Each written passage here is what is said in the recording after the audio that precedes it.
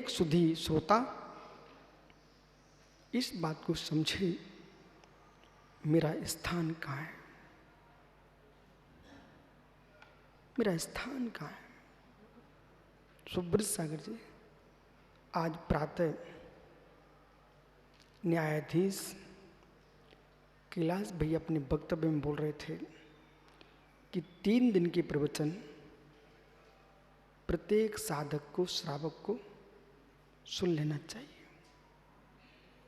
मित्र, इसमें विशुद्ध सागर की कोई भाई नहीं है। 3 दिन का प्रवचन सुन लिया है तो मैं मानता हूं जी लिया उस श्रोता की भाई नियम से होगी।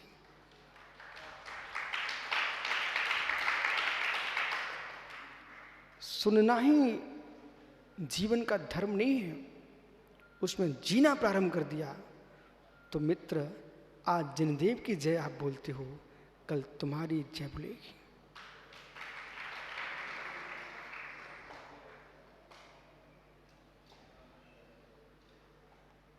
वो लिख के लाए, मुझे दिखा रहे थे, गुरुजी ऐसा आपने बोला है कि ओ अभी लिख के लाए हैं, बस बहुत बढ़िया, विराजो। तो सत्य है जज साहब, जहां भी आप जाएं, जो भी कहें, एक बार बिना शर्म के महावीर का नाम जरूर ले लेना। क्योंकि एक सर्वधर्म सम्मेलन में मुझे बुलाया गया और सर्वधर्म सम्मेलन में मैं गया, उसमें सारे धर्म के धर्माचार थे। तो एक सज्जन ने मेरे से कहा कि स्वामी, वो जैन थे, आप महावीर का नाम नहीं लेना। मैंने कहा भैया यदि महावीर का नाम नहीं लेना है तो फिर मैं असमर्थ हूं, मैं नहीं पहुंच पाऊंगा।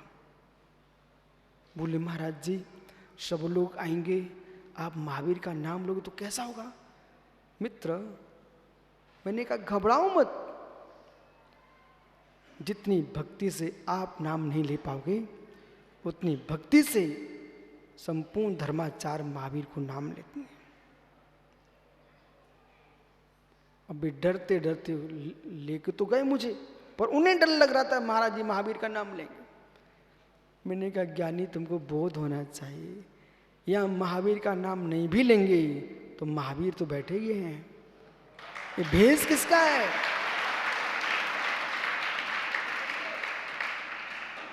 और जैसे ही उनका कार्यक्रम प्रारंभ हुआ, सबसे पहले भगवान महावीर स्वामी के चित्र का अनावरण हुआ।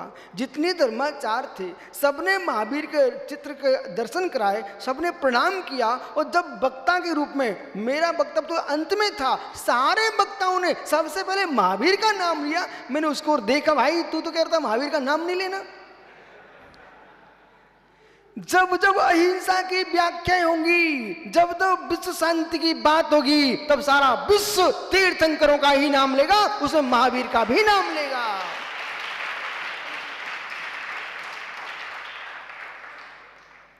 जब शांत वार्ता होती है तब बीच में भगवान महावीर की ही तस्वीर होती है। भारत के संविधान की पुस्तक में तीर्थंकर महावीर का चित्र बना हुआ है। भारत के संविधान की पुस्तक में महावीर स्वामी विराजमान है, आप विकल्प मत करना। इसलिए क्योंकि नमोकार महामंत्र भी है। अब यहां देखना हमारे लिए है, दया दम त्याग समाधि निष्ठम। इस सूत्र को तीर्थंकर महावीर ने सूत्रपात किया। ऐसा एकांतिक नहीं है, सनातन काल से संपूर्ण तीर्थंकरों ने इसी सूत्र का सूत्रपात किया है। दया दम त्याग समाधि, 4 बातें ध्यान रखना।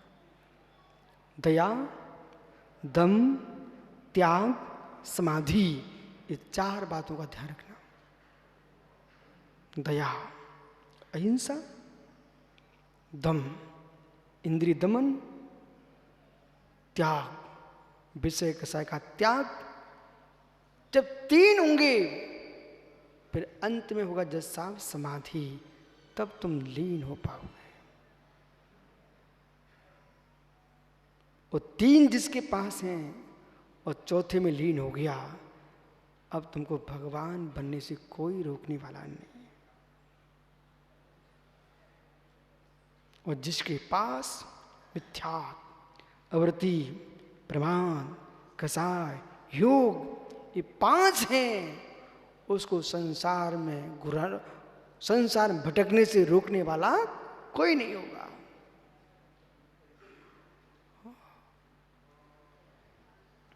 कोई नहीं होगा। दिनेश भैया, प्रबुद्ध वर्ग तुम्हारी सभा में है तो समझना कि वक्तव्य तुम्हारा सफल है।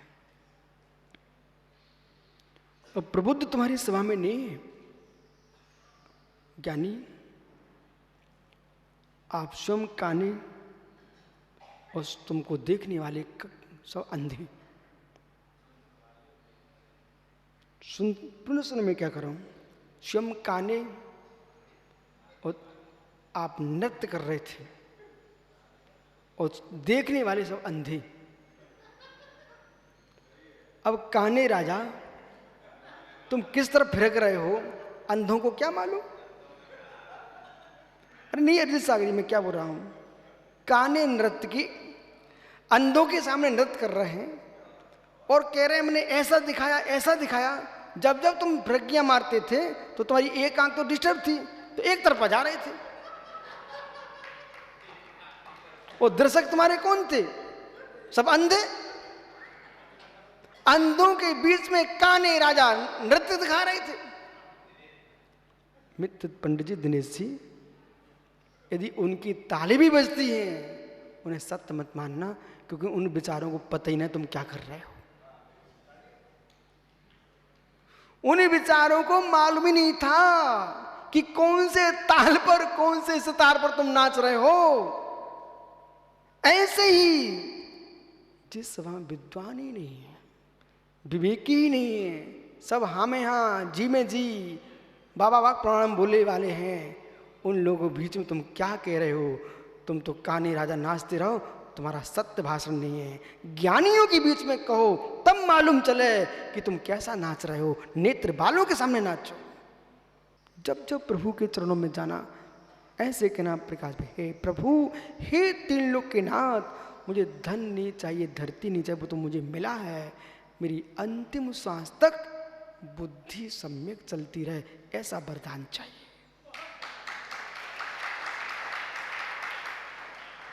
विराजो भैया, ऐसा निर्णय जिसने किया है वो भाग्यमान अपने जीवन का। जिस व्यक्ति का अंग अंग, स्वर स्वर, श्वास श्वास सत्यार्थ बोध में जा रही हो, वो तो व्यक्ति धरती पर देवता है। धरती पर देवता है। इसके लिए भी पुण्य चाहिए कि मेरा शब्द शब्द जिनवाणी बन जाए, शब्द शब्द जिनवाणी बन जाए।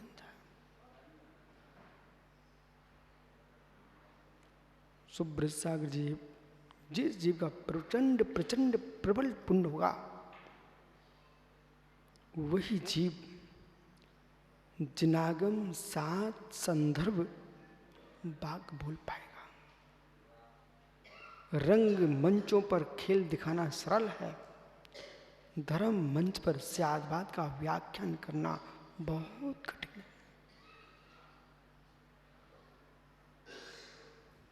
बिल्कुल भी स्खलित न होना।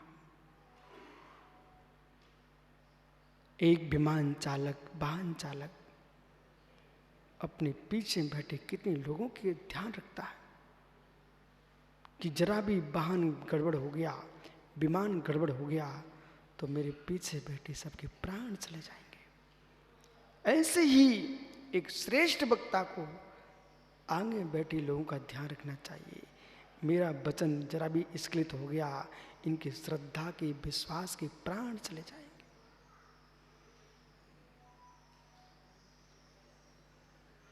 मात्र मात्र मात्र आगम ही वचनों में हो और कुछ भी नहीं होना चाहिए।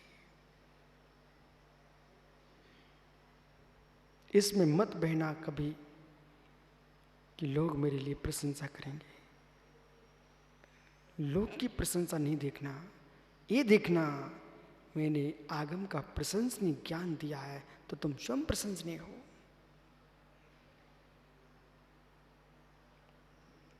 मनोज भैया आसाम, मित्र, भीड़ में बैठना तो चिड़ियों की भीड़ होती है, बंदरों की भीड़ होती है, हर गति का जीव अपनी भीड़ में बैठ लेता है।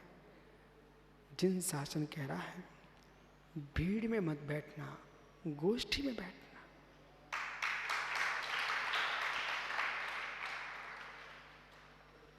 पर वो गोष्ठी दुष्टों की ना हो, शिष्टों की हो।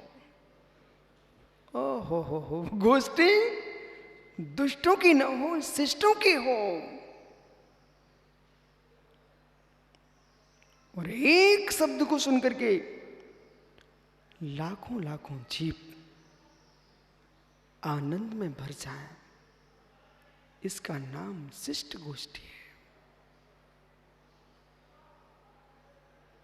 बहना ने मेरे पद के अनुकूल क्या करनी है, क्या करनी है, पुण्य सागर कहाँ जाना चाहिए, कहाँ नहीं जाना चाहिए, इसका ज्ञान होना चाहिए।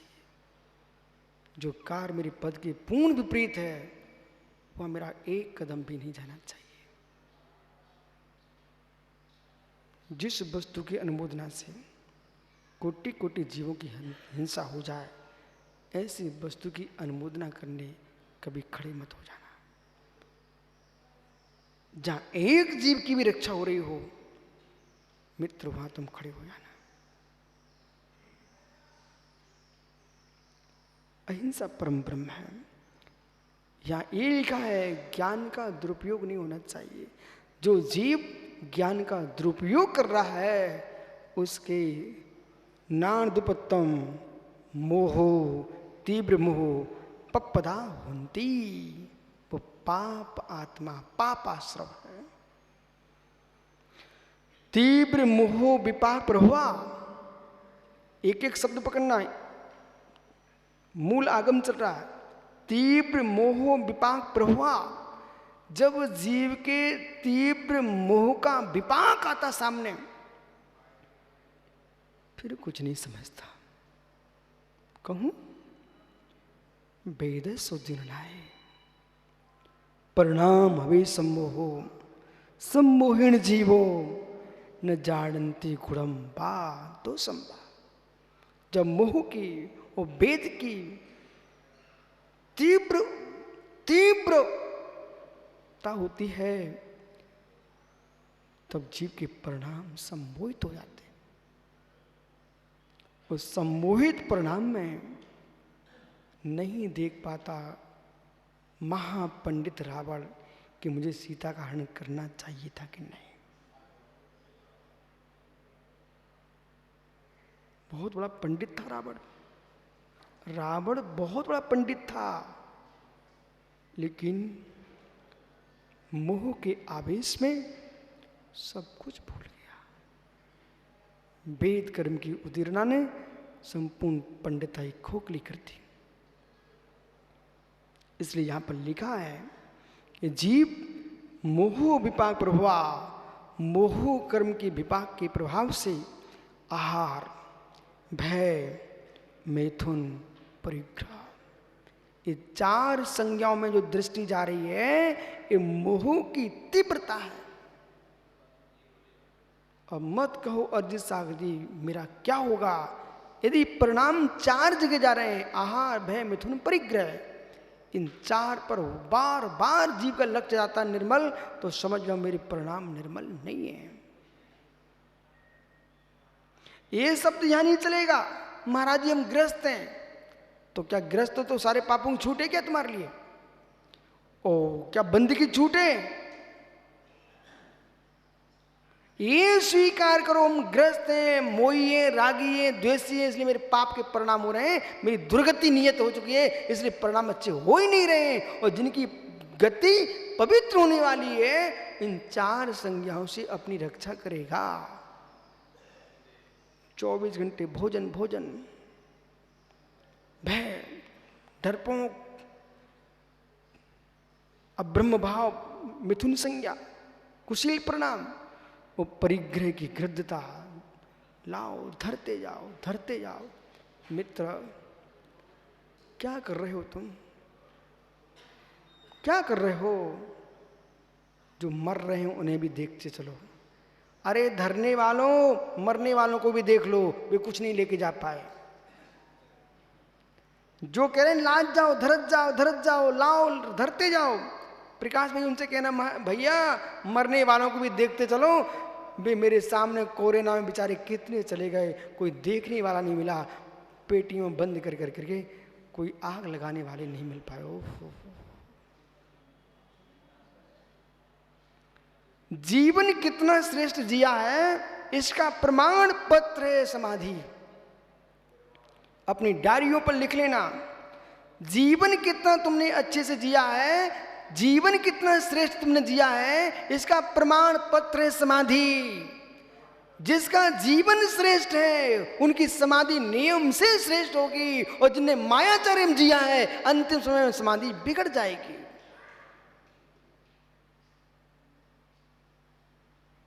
जीवन कितना श्रेष्ठ जिया है, जो जीते जीते मरते हैं उनके जीवन श्रेष्ठ निकले हैं। मित्र, विश्व सागर जी, निर्वाण लाडू चाहिए है तो जीवन की विशुद्धि का निर्माण करना पड़ेगा। आपका समय हो गया, कल फिर आएंगे आप। मित्र, पर्याय हेतु मैं कल चर्चा करूंगा आपसे इस गाथा पर पुनः। आज आपका दूसरा विकल्प आ रहा है, आप देख लो। आत्मा स्वभावं परिभाव भिन्नम, आत्मा स्वभावं परिभाव। आत्मा का स्वभाव प्रभाव अत्यंत भिन्न। महावीर स्वामी की